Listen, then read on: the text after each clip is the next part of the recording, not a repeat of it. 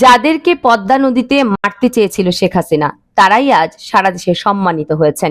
এই দুজনকে পদ্মা নদীতে টুক করে ফেলে দিয়ে চুবিয়ে মারার কথা ছিল, অথচ দুজনকেই আল্লাহ রাব্বুল আলামিন তাদের সম্মান ফিরিয়ে দিয়েছেন। কোনো চুরি না করেই খালেদা জিয়া জেল খেটেছেন, মৃত্যুর মুখোমুখি হয়েছেন বেশ কবার। যে এই চুরির অভিযোগ দিয়েছিল সে নিজেই সপরিবারে হাজার হাজার কোটি টাকার চুরি আর লুটপাট করে গণপিটুনির ভয়ে পলাতক। স্বাস্থ্যের জটিল কন্ডিশনেও খালেদা জিয়াকে বিদেশে চিকিৎসা নিতে দেয়া হয়নি, অথচ শেখ হাসিনা তো বটেই, ওনার মন্ত্রী এমপিরাও সামান্য চোখের চিকিৎসা করতে লন্ডন আমেরিকায় গিয়ে বসে থাকতেন। ডক্টর ইউনূসকে তো 10 থেকে 12 বছর ধরেই শতাধিক মামলা করে হয়রানি চলছিল। লিফট বন্ধ করে 8 তলায় হাঁটিয়ে ওঠানো, লোহার খাঁচায় আসামির কাঠগড়ায় দাঁড় করানো ইত্যাদি ছিল বোনাস। শেখ হাসিনা খালেদা জিয়াকে ক্যান্টনমেন্ট হতে অপমান করে বের করে দিয়েছিলেন, আর এখন শেখ হাসিনাই দেশ ছাড়া। ইতিহাস আর নিয়তি দুটোই বড় নির্মম। সেই খালেদা জিয়াকে ক্যান্টনমেন্টে ফিরে গিয়ে হাসি মুখে ডক্টর ইউনূসের সাথে কথোপকথন করতে দেখে যেমন ভালো লাগলো, সার্জিস হাসনাতের খালেদা জিয়ার সাথে সম্মানসূচক অ্যাপ্রোচ দেখেও ভালো লাগলো।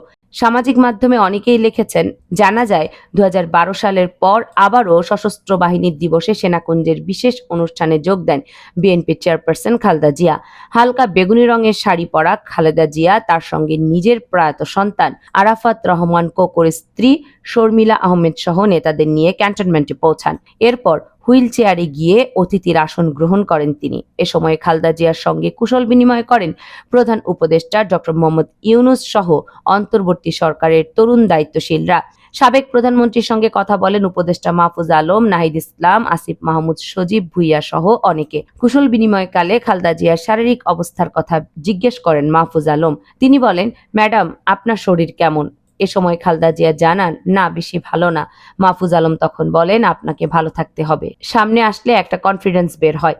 সেনাকুঞ্জের অনুষ্ঠানে গিয়েছিলেন এনডিএম চেয়ারম্যান ববি হাজ্জাজ। বৃহস্পতিবার রাত 8:15টার দিকে তিনি বলেন, বেগম জিয়ার সঙ্গে কুশল বিনিময় করেছি, উনি জানতে চেয়েছেন কেমন আছো।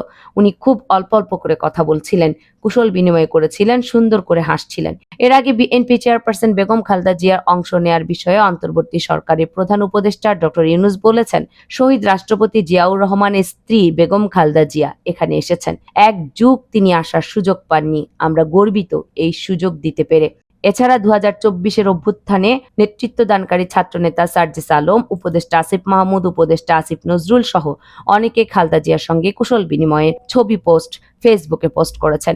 এরপর সশস্ত্র বাহিনী দিবসের অনুষ্ঠানে খালেদা জিয়ার সঙ্গে কুশল বিনিময় করেন গণফোরামের প্রতিষ্ঠাতা সভাপতি doctor Kamal Hossain. BNP chairperson 2018 সালের 4 ফেব্রুয়ারি দুদকের একটি মামলার রায়ে কারাগারে যাওয়ার পর আজকেই প্রথম প্রকাশ্যে কোনো অনুষ্ঠানে এলেন।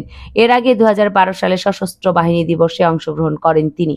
সেই অনুষ্ঠানে সাবেক প্রধানমন্ত্রী শেখ হাসিনা থাকলেও তাদের দুজনের মধ্যে কিন্তু কোনো আলাপ তখন হয়নি। কামরুন নাহার, রাখি, কেএনআর মিডিয়া।